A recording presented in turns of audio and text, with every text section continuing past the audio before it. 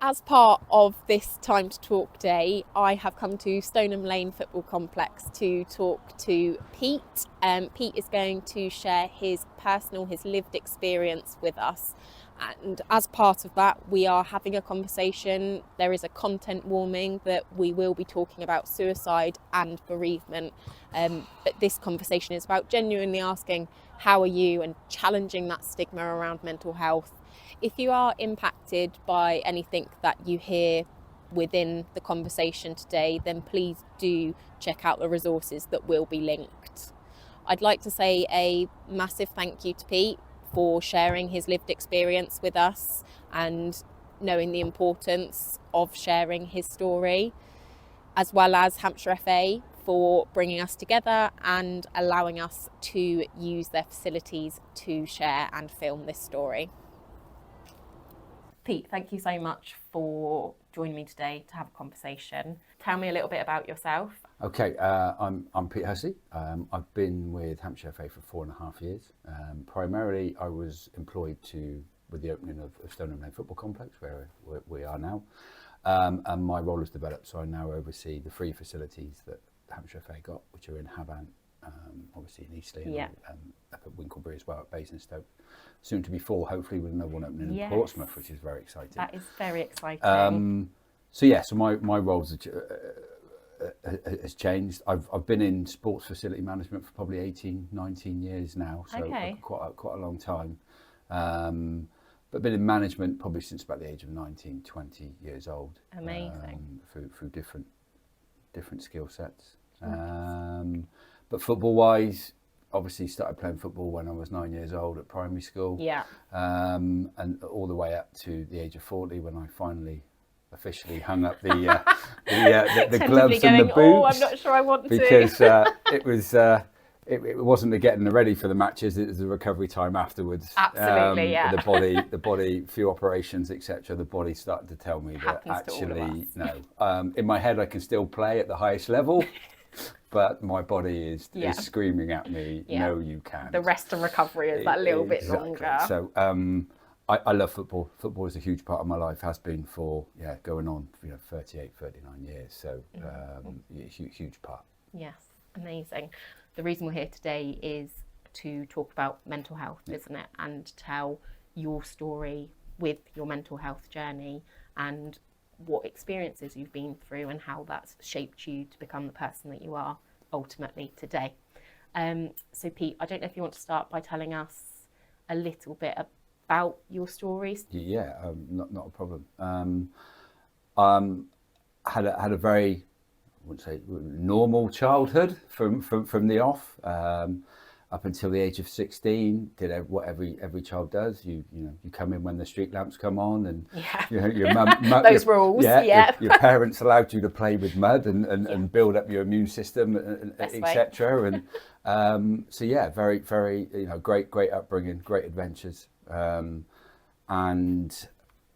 my parents separated when I was about 8 years old. And my dad remarried, and then we moved houses. So I moved house quite a lot when I was younger. So I think I attended about 3 primary schools. Okay. Which as a youngster is quite daunting. Yeah. But also it's contributed to the person I am today. It was a bit of resilience sometimes, doesn't it? And also you become quite confident in yourself about meeting new people. You don't shy away from that. It becomes a bit of a norm. In 1991, my dad's second marriage fell apart. Yeah. And they separated. And I came home from one night, being out with my friends, to find my dad being consoled by my auntie who had come round, where my stepmom at that time had left. Yeah. And he was in a bit of a state. Mm-hmm. So me being the oldest one, my older brother had moved out by that point and wasn't at the house. It was myself and my brothers. So I was the oldest one. So my auntie had a chat with me before she left, with regards to look after him. Please make sure he doesn't attack the bottle. And you don't. obviously what happened afterwards, you don't even think about that point. It doesn't even cross your mind. No, absolutely. At that age, yeah. at 16-year-old, You were 16, weren't you? Yeah. you really didn't realise what was going to happened.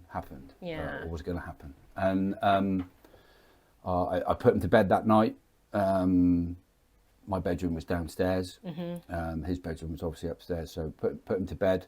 Obviously, the person I am, obviously told him that, he's got us and we're there. Yeah, absolutely. To try and help him, because he's obviously visually upset. And then I woke up the next morning. My two younger brothers who were in the house, one was 8, one was coming up to 10, came into my bedroom, which was, like I say, downstairs.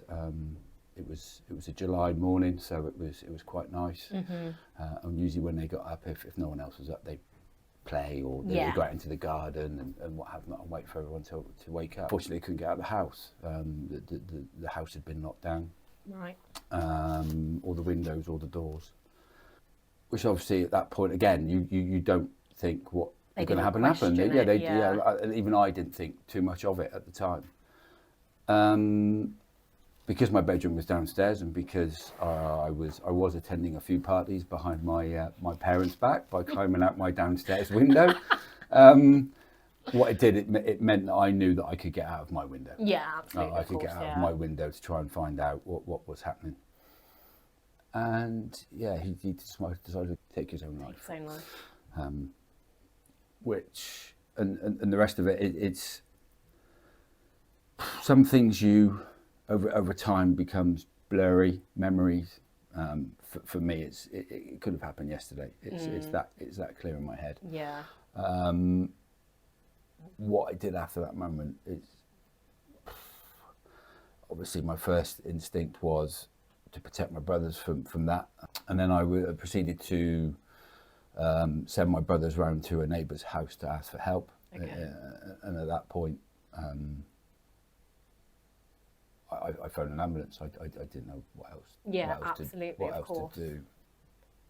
But that day changed my life. Changed me. I wouldn't say it changed the direction I went in, but it just it changed me as a person. Yeah. And that's not to say that 16 is your child, aren't you? You're young, and like you say, you've 2 younger brothers. Yeah, and I just done my GCSE, so I've just been through that as well. And it's stuff like that you start to reflect over a period of time of certain aspects of your life that you wish that he was still around for to witness and to go through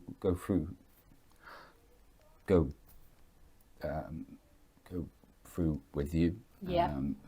As a support mechanism. Yeah. My dad had the same name as me, so he was called Peter Hussey as well,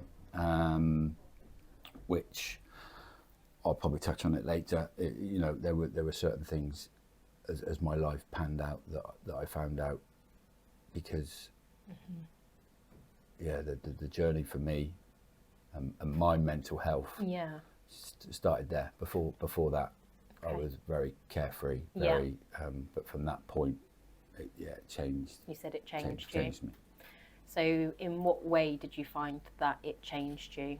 I think it was the biggest thing, and even to this day, it's the peaks and troughs of my emotions with regards to excessive happiness down to being the smallest thing that can be quite negative can really set me down.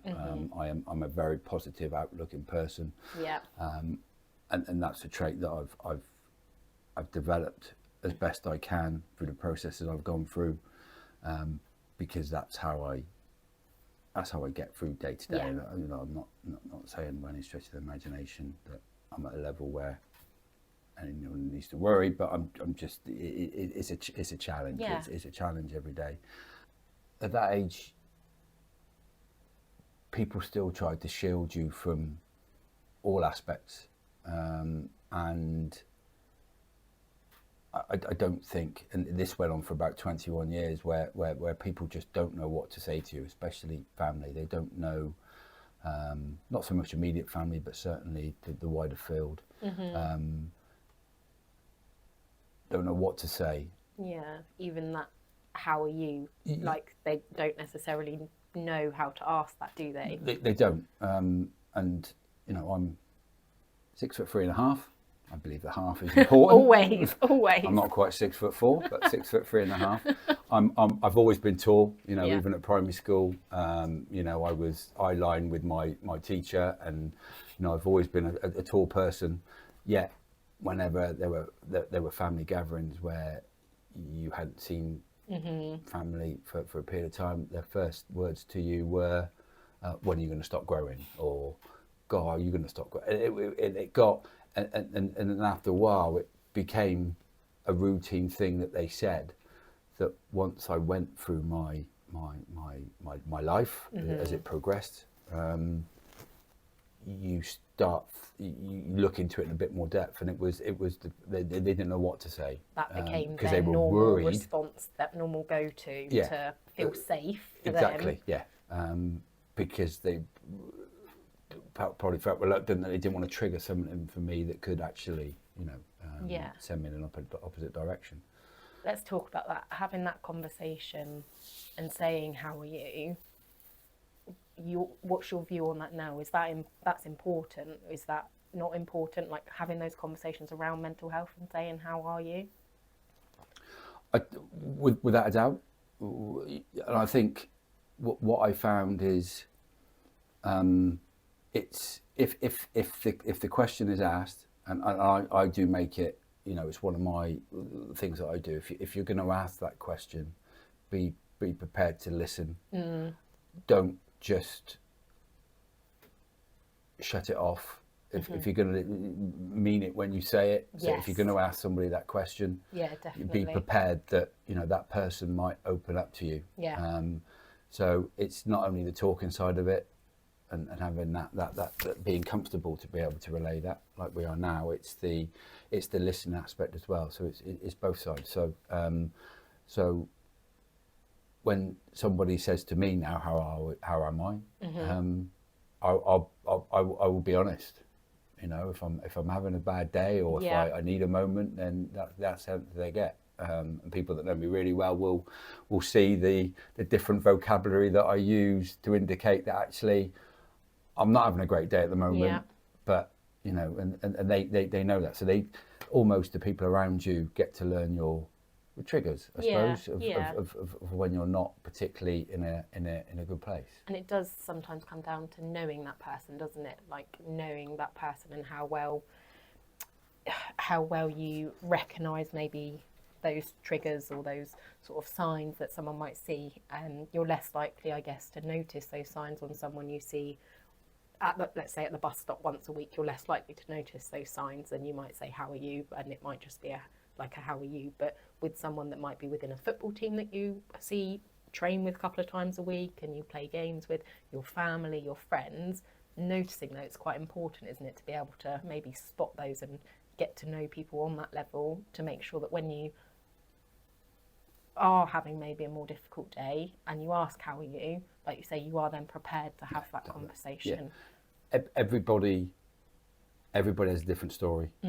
Everybody has a different level of what sends them to a place that isn't great. So then tell me a little bit about how your journey changed with your mental health. So at what point did you decide to make a change?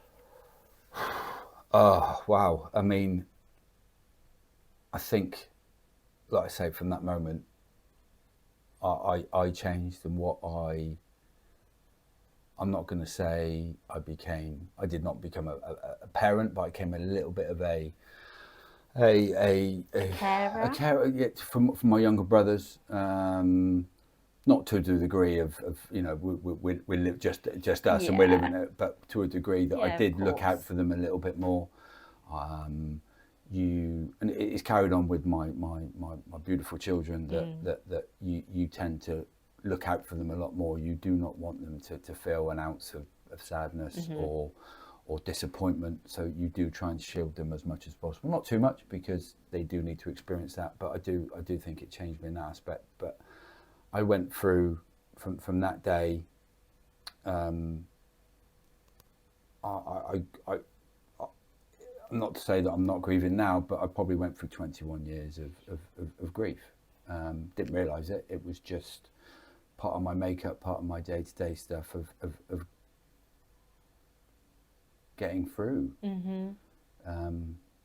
There's still not a day that doesn't pass that I don't think about my dad. I don't think about that day. It's there. It will always be there. And 21 years later, when I was 37, 38, it hit me. And some of that was obviously coming to the end of playing, or being quite heavily involved playing football, or being involved in that environment from such a young age. Probably, well, it did help me without a shadow of a doubt. And you know, what I went through after those 21 years, I, even though speaking to a lot of people, and that stigma, that stigma that's really quite frustrating. That if that word counselling is almost seen as, to some still, a weakness. Yeah, accessing that service that. Yeah.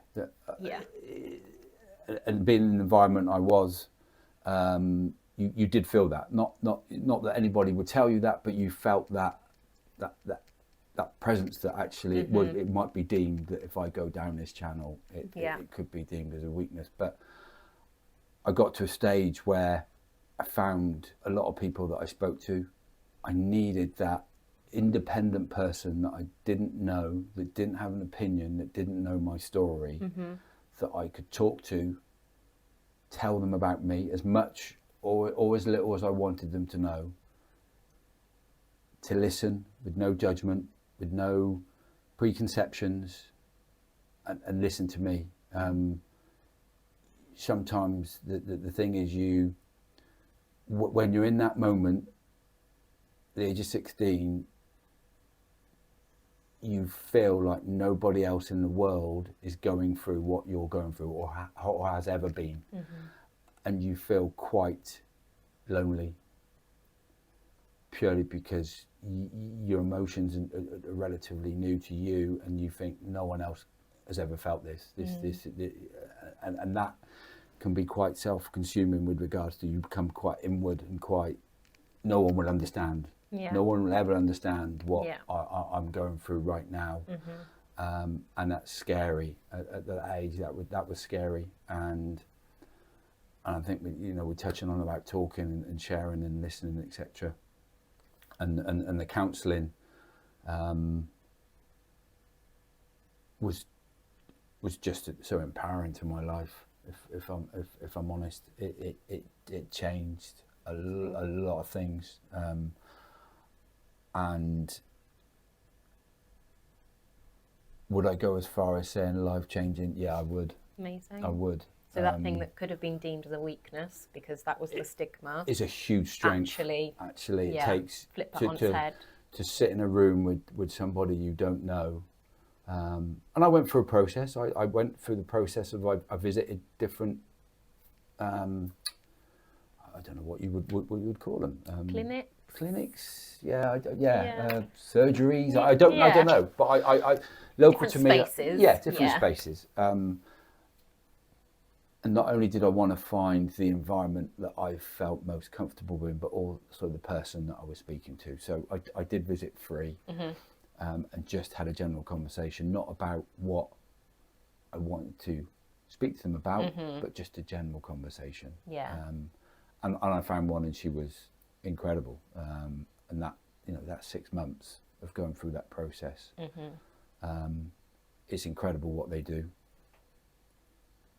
Somehow, by not saying a lot, they take you on a journey that is just, and like I said, for me it was life changing. And my journey started again at that moment, and I started to not challenge myself, but task myself to find answers, but just to try to get things straight in my head. Maybe why? Mm-hmm. And that's quite an open question with regards to why he did it. Yeah.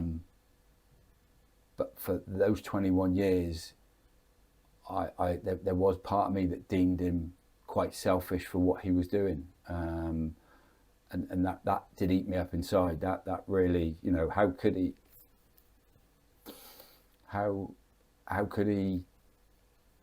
leave us? How could he be so selfish? And that was my mindset for a long period of time. Mm-hmm. But when I went through the process of counselling and reading a lot of books, a lot of statistics, a lot of things, that the mindset of where people that decide to take their own life are at, yeah, it just gave me a huge different opinion on it. Even though the question was probably the same, I had a better understanding of where he was at that point. And it wasn't a selfish point. It was a point where he saw no future for himself. It was that clear cut that he saw his life. Mm-hmm.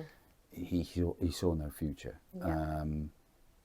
And as crazy as it sounds, that actually did clear up a lot of, you know, it was an impulse decision. It was a decision, right, from this, I do not see any future with my life. And reading up on it, and then you read into statistics, etc. I think when I went to counselling, it was more,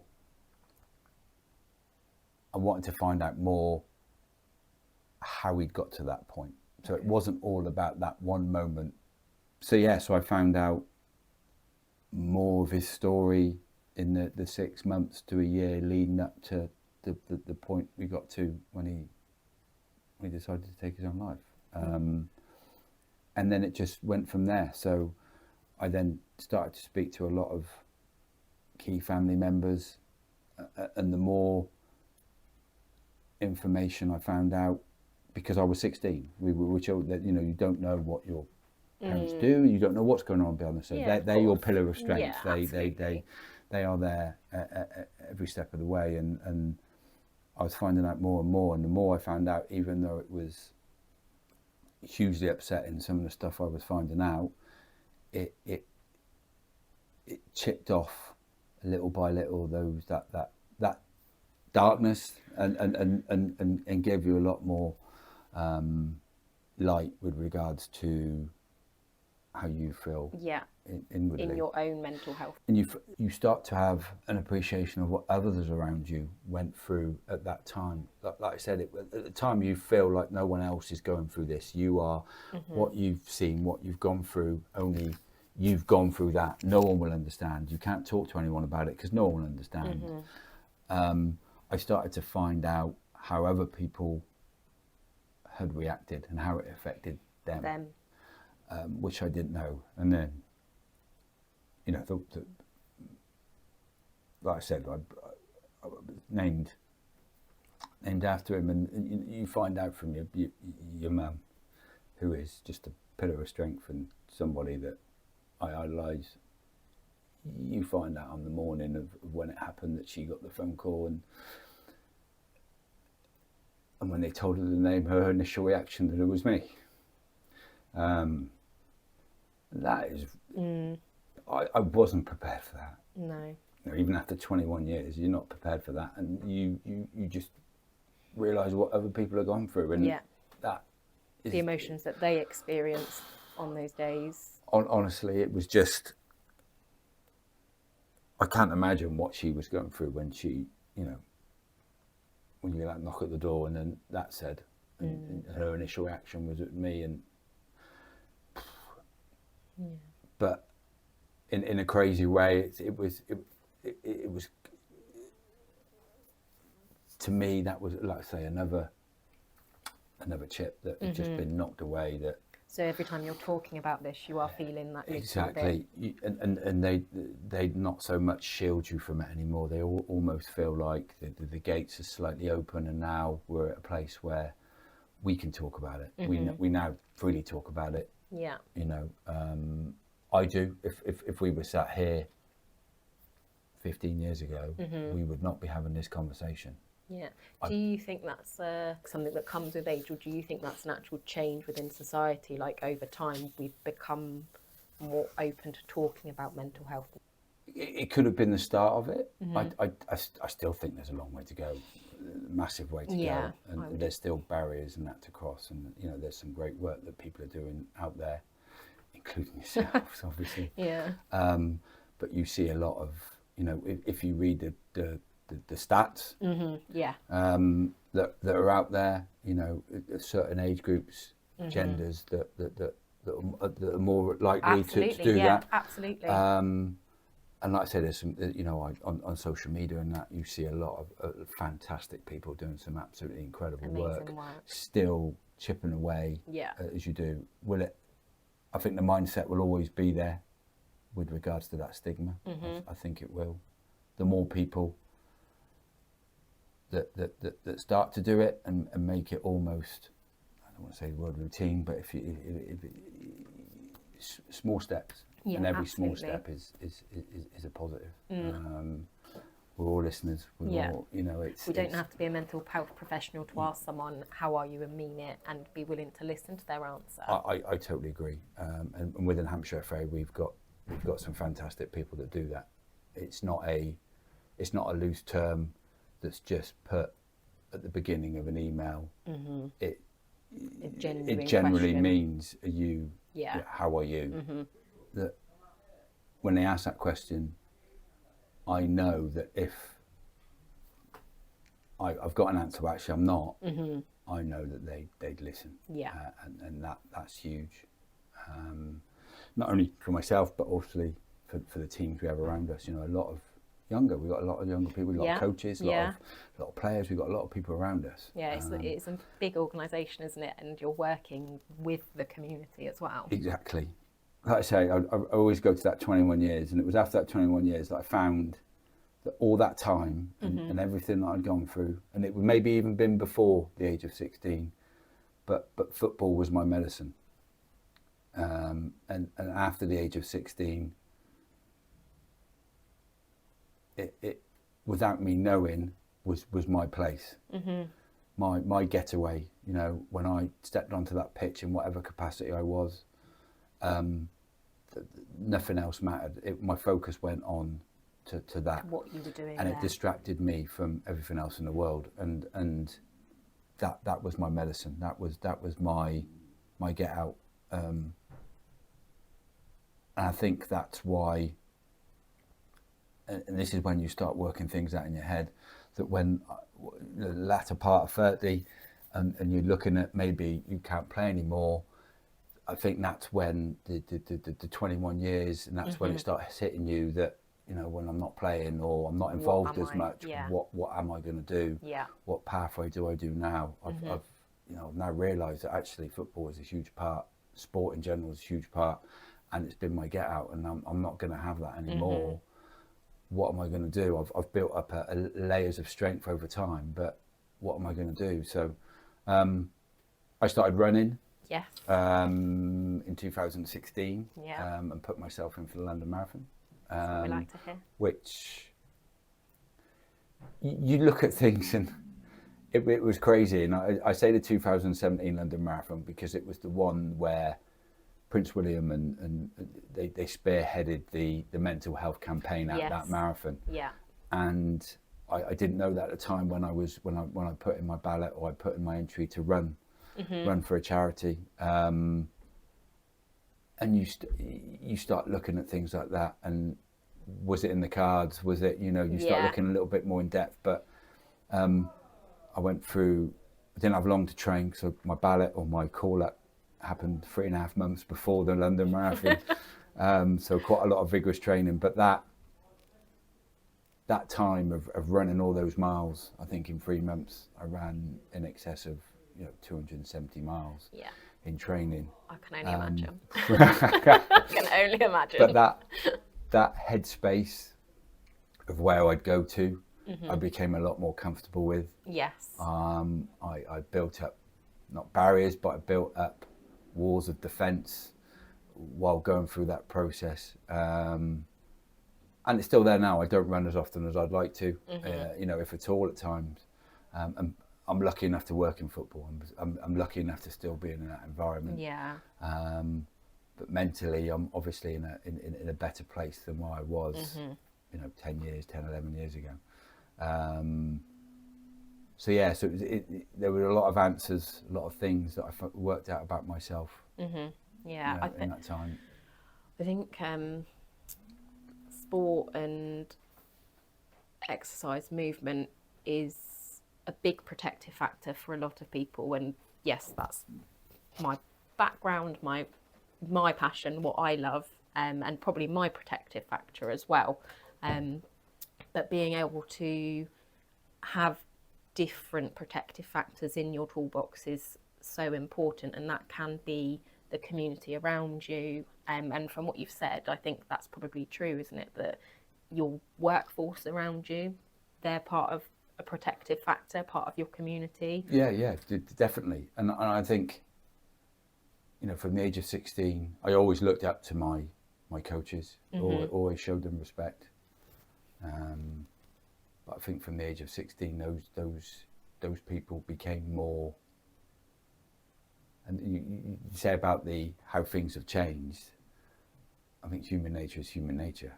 I think if the right people are around you, they will always ask the right questions. They will always do the right thing. And I was very, very lucky to have some incredible coaches that I played under. Football and sport is very emotional, and like I said, I was very lucky to have some real strong people around me that just knew what to say. Amazing. And how to manage me, and my respect goes out to them massively, because I don't think they realise how big an impact that they've had on me. So I thank them, because even though they probably didn't realise how much they helped me. They were huge, absolutely huge. And that shows the strength of community within sport, physical activity, recreation. Exactly. And some of those people, some have unfortunately passed away, but there's still some that I'm regularly in contact with. They know my story, they know my path, they know what I've been through, and that's a nice security blanket to have. Pete, what do you want to get from sharing your story? You've obviously very generously shared with us what you've been through, what you've experienced. But what do you want to come out of sharing your story? I think to help break down that stigma within sport, whichever sport, not just football, but that stigma of you've got to be tough, you've got to be hard, you cannot show weakness, you cannot. Absolutely. And just get people in a place where they feel comfortable to talk and share whatever environment they feel most comfortable in. So I think the biggest thing would be the stigma breaking down further. Yes. There's a lot of great stuff that's been going on, but obviously anything that we can go further. Help. There's always room to go further. Yeah, exactly. So that's probably that's the biggest thing for me.